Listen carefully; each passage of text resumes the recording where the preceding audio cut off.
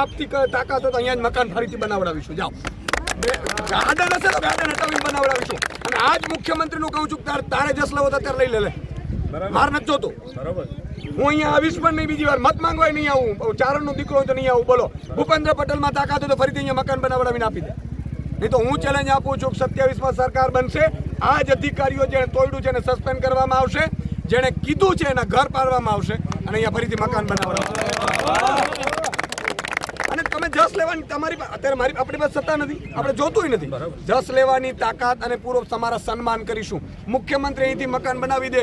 હું જાહેરમાં મુખ્યમંત્રીનું ઈશુદાન ગઢવી સન્માન કરશે. રાજનીતિ નથી કરવી ભાઈ. તમારામાં એક 1952 થી છે યાર. તમે કઈ રીતે તોડી શકો? આ મુદ્દો આપણે વિધાનસભામાં પણ ઉઠાવીશું. એનો જવાબ માંગીશું. સવાલ એ છે કે 3 રીતે આપણે લડવું પડશે. કાયદાકીય લડવું પડશે, એક સામાજિક રીતે લડવું પડશે અને એક રાજકીય પરિપ્રેક્ષમાં લડવું પડશે.